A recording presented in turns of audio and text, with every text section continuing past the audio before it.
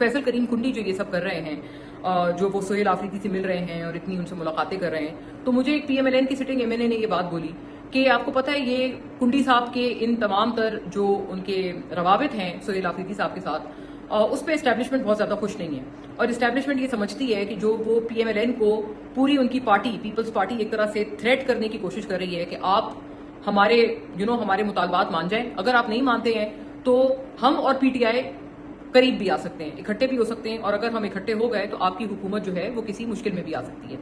मुझे पीएमएलएन के एक सिटिंग एमएनए ने की बात बोली कि इस मामले पे मैं ये वही बात बोल रही हूँ कि मेरी अपनी खबर नहीं है, लेकिन मेरा जो सोर्स है वो मैं आपको बता रही हूँ बगैर नाम लिए कि पीएमएलएन के एक सिटिंग एमएनए ने मुझे ये बात बोली है कि कुंडी साहब की जो मुलाकातें हैं वो बहुत ज्यादा सोहेल आफरीदी से उनकी मुलाकातें इस्टेब्लिशमेंट को भी पसंद नहीं आ रही,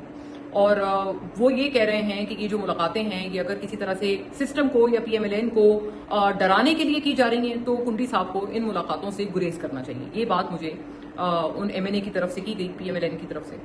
जब मैंने इसको काउंटर चेक किया एक तरह से पीपल्स पार्टी के अपने जराए से, तो मुझे उनकी तरफ से भी एक बड़ा दिलचस्प मौकफ मिला। मुझे ये मौकफ मिला, उन्होंने कहा कि देखें, अगर हम पीपल्स पार्टी वाले पीटीआई को बेहतर बना सकते हैं, अगर हम पीटीआई को इतनी ज्यादा जो वो इस्टेब्लिशमेंट से लड़ते थे और रियासत से लड़ाई कर रहे थे, अगर हम उनको मफामत की तरफ ला सकते हैं तो ये तो एक विन विन सिचुएशन है। इसमें तो हमारा भी भला हो जाएगा, इस्टेब्लिशमेंट का भी भला हो जाएगा, क्योंकि फिर उनको पीएमएलएन का जो उनकी बैड गवर्नेंस है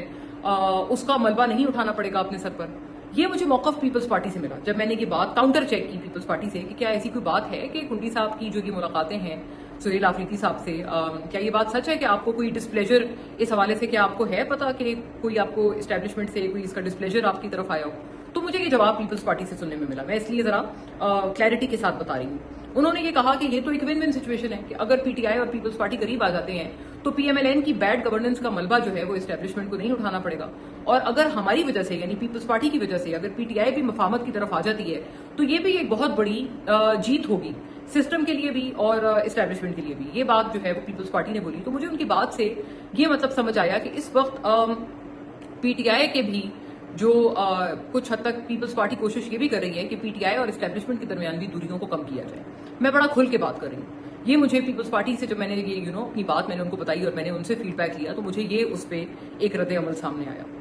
तो अब ये बड़ी एक इंटरेस्टिंग सी पॉलिटिक्स बन गई है, बहुत सियासी जो खेल है वो बहुत दिलचस्प हो गया है। अब ईद भी करीब है, आपको पता है, अब ईद के बाद सिचुएशन किस तरफ जाती है, बजट भी आना है, फिर बजट पे डिबेट होनी है, बजट पास होना है। क्या बजट आसानी से पास हो पाता है या नहीं हो पाता, लेकिन मुझे इतना जरूर पता है कि इस दफा वफाकी बजट जब पास होगा तो काफी गहमा गहमी होगी, काफी धमाल मचाया जाएगा,